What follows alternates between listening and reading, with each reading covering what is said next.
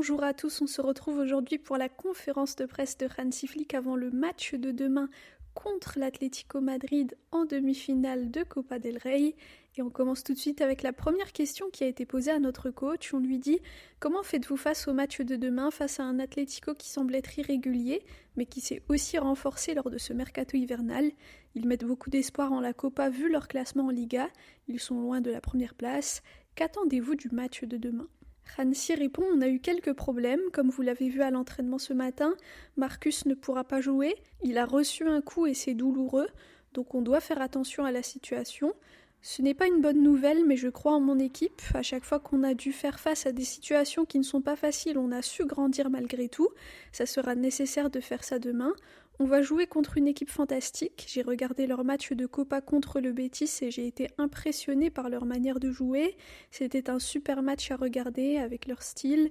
Cholo fait du travail fantastique à l'Atlético. J'ai beaucoup aimé ce que j'ai vu. Ça sera un match compliqué demain. Ensuite, on lui dit « Qu'est-ce qui se passe exactement avec Rafinha ?» Dans le communiqué du club, il était dit qu'il avait une surcharge à l'adducteur et qu'il serait absent pendant une semaine, mais il ne s'entraîne toujours pas avec le groupe.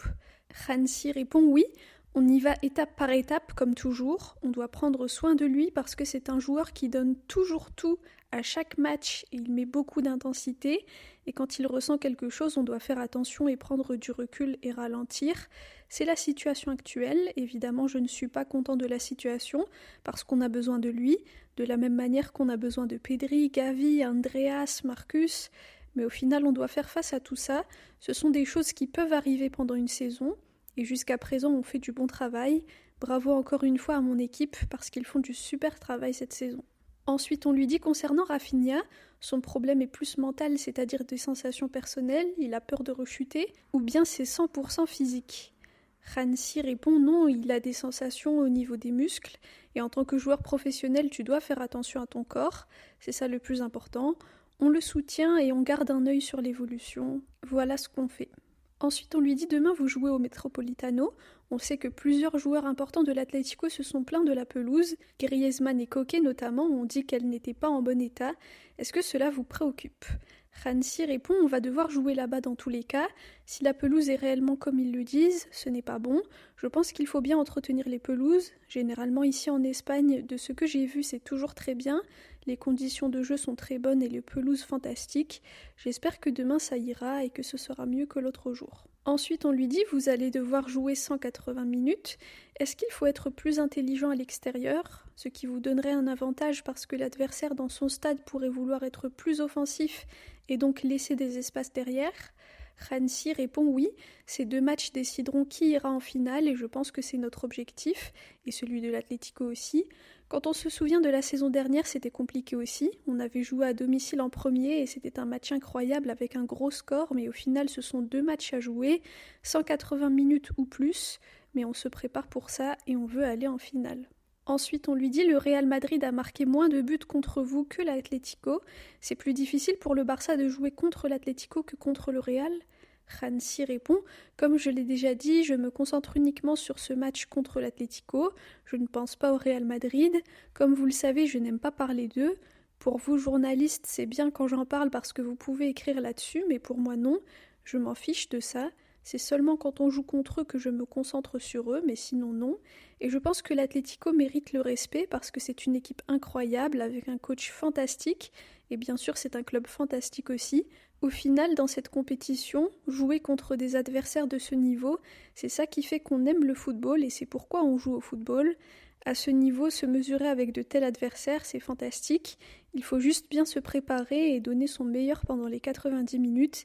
Et peut-être qu'il faudra faire certaines choses mieux lors des matchs suivants et c'est ok, c'est ce qu'on veut.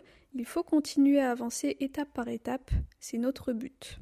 Ensuite, on lui dit, avec les absences de Rashford et Rafinha, qui pourrait jouer sur le côté gauche ? Ferran, ou vous avez d'autres alternatives en tête ? Hansi fait semblant de lancer des dés, puis il se met à rire. Non, on a une idée claire de qui pourrait jouer là-bas et je pense qu'il fait du bon travail. On verra demain. Puis il se met à rire. Ensuite, un journaliste lui dit « Pendant votre parcours jusqu'ici en Copa, vous n'avez pas affronté d'équipe de Liga. Que pensez-vous de ceux qui disent que c'était facile de se qualifier dans ce cas et qui retirent de la valeur à cette classification ?» Hansi répond « Demandez au Real Madrid. Et les journalistes se mettent à rire. Ensuite, on lui dit 2 questions, une concernant Araujo. Une interview pour Mundo Deportivo est sortie ce matin. Il disait que ça faisait plus d'1 an et demi qu'il se sentait mal et qu'en fait, il faisait de l'anxiété qui est devenue une dépression. Est-ce que vous étiez au courant et comment avez-vous fait face à cela? Et la deuxième question, c'est concernant Cancelo. Il a déjà joué à 3 postes différents depuis son arrivée. Hansi répond: concernant la situation d'Araujo, dès qu'il nous en a parlé, on l'a tous soutenu au club, on lui a donné du soutien, des bons sentiments et tout ce qu'on pouvait lui donner à ce moment-là. Il est très fort de s'ouvrir sur ces sujets, pouvoir faire ça, ça montre sa force, parce qu'on sait que dans le football il faut être fort, aller de l'avant, la mentalité, le fait de gagner, etc. Mais peut-être qu'un jour je parlerai aussi de ce sujet, parce que quand on voit qu'il a dit que ça a commencé il y a environ 1 an et demi, quand on regarde un peu quand ça a commencé, peut-être que nous aussi on est responsable des joueurs et on doit prendre soin d'eux. Pareil pour les coachs adverses, il faut prendre soin de tous les joueurs et penser aux conséquences de ce qu'on dit. Quand je me souviens de ça, et vous le savez peut-être mieux que moi, ce n'est pas la bonne manière de faire. Surtout en tant que coach, il faut être responsable pas seulement avec ses joueurs, avec tous les joueurs. Voilà ce que je veux dire. En tant que coach, il faut penser au-delà de ce qui est bon pour toi uniquement.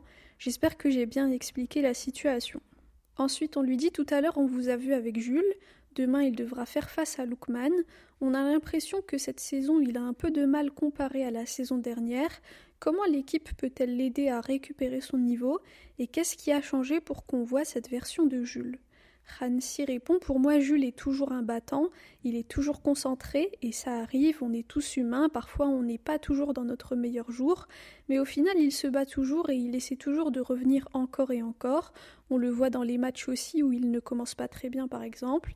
J'apprécie beaucoup ce que je vois de sa part, avec cette attitude et cette mentalité, il est toujours au top. Il va le démontrer demain à 100%. Je sais que ça sera un match difficile pour tout le monde. Comme je l'ai dit, j'aime beaucoup ce que j'ai vu de l'Atlético. C'est une équipe fantastique qui a une philosophie claire avec beaucoup de joueurs qui savent comment jouer. Ce n'est pas facile de défendre contre eux. Ils ont aussi beaucoup de joueurs devant qui peuvent facilement changer la situation ou la dynamique du match et de leur style de jeu. Ça va vraiment être un match difficile pour nous. Ensuite, on lui dit: qu'est-ce qui vous surprend le plus chez Lamine? Est-ce que c'est son habileté, sa capacité à prendre des décisions sur le terrain, ou comment il gère tout ce qu'il y a autour de lui, la célébrité, etc. Hansi répond: je suis très content de lui parce qu'il gère très bien toutes les situations autour de lui, et sur le terrain aussi, il est toujours décisif et sait donner le bon ballon dans la bonne direction. C'est un super joueur qui a toutes les choses qu'on aime dans le football, avec ses dribbles, ses 1 contre 1, comment il s'en sort, c'est vraiment super à voir. Pour le moment, j'apprécie beaucoup ce que je vois. À l'entraînement, il essaie de s'améliorer tous les jours et c'est ça le plus important pour moi. C'est bien qu'il ait cette faim de toujours faire mieux, de se dire que ce n'est pas fini, qu'il est jeune et qu'il peut encore beaucoup s'améliorer dans les années à venir. Et enfin, la dernière question, on lui dit: dans cette salle de conférence, je pense que depuis que vous êtes arrivé au Barça, c'est la première fois que vous lancez une pique au Real Madrid. Vous ne parlez jamais d'eux. C'est parce que vous n'avez pas envie qu'il y ait des polémiques avec eux?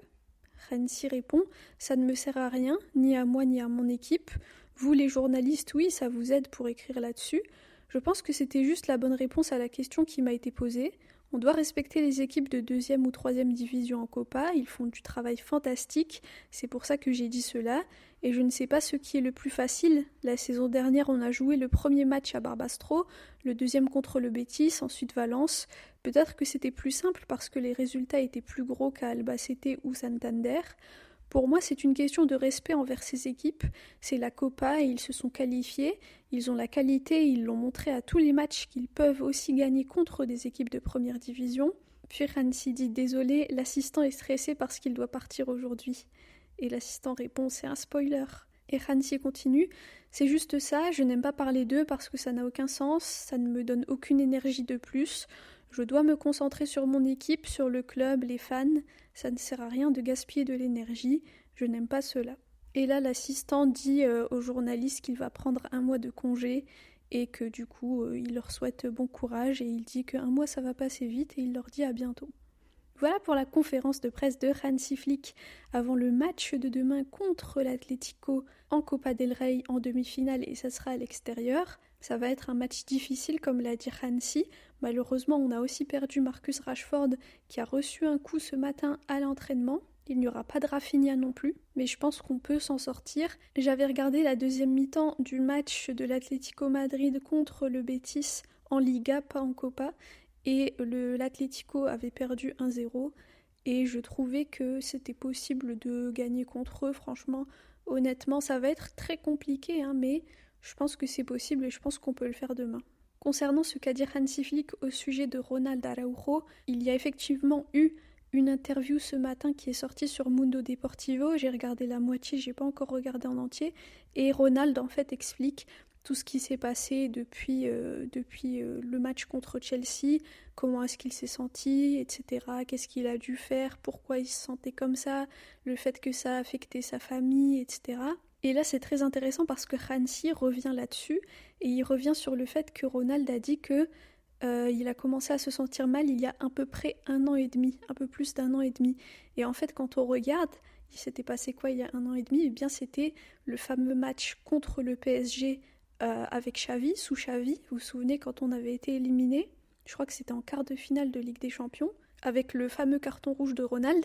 Et si vous vous souvenez bien, je vous avais dit dans une précédente vidéo qu'à mon avis, ce qui avait dû affecter Ronald à ce point, c'est pas les critiques des gens, des inconnus, des personnes lambda, mais les propos qu'avait tenus Luis Enrique à ce moment-là, parce que forcément, quand c'est un entraîneur aussi reconnu, aussi fort, qui dit de telles choses sur vous, ça va plus vous impacter que si c'est des fans ou des gens qui n'y connaissent rien au foot. Et là, ce qu'a dit Hansi, ça vient confirmer cette hypothèse que j'avais et que je vous avais dit. Je pense que Ronald s'est vraiment pas passé ce que Luis Enrique avait dit sur lui, et c'est ça qui a fait en sorte qu'il a sombré petit à petit. Il a commencé à douter de lui, etc. Et puis après, vous le savez, tout ça, ce sont des cercles vicieux. Et il perd confiance, etc. Sur le terrain, il fait des erreurs, donc ça vient renforcer cette idée-là que peut-être qu'il est vraiment nul. Enfin, vous voyez, c'est plein de choses. Et puis, je pense que pour les hommes, c'est encore pire dans le sens où ils n'ont pas vraiment cet espace-là pour se dire ouais, je me sens pas bien, ou alors je suis triste ou je doute de moi. Généralement, les hommes, ils sont conditionnés à tout garder pour eux. Et les introvertis aussi en général, mais je trouve que les hommes c'est beaucoup, surtout quand on est footballeur professionnel, quand on doit avoir une certaine image, etc., etc. Donc je pense que ça a dû beaucoup l'affecter et je suis très contente qu'il aille mieux, j'espère qu'il ira encore mieux.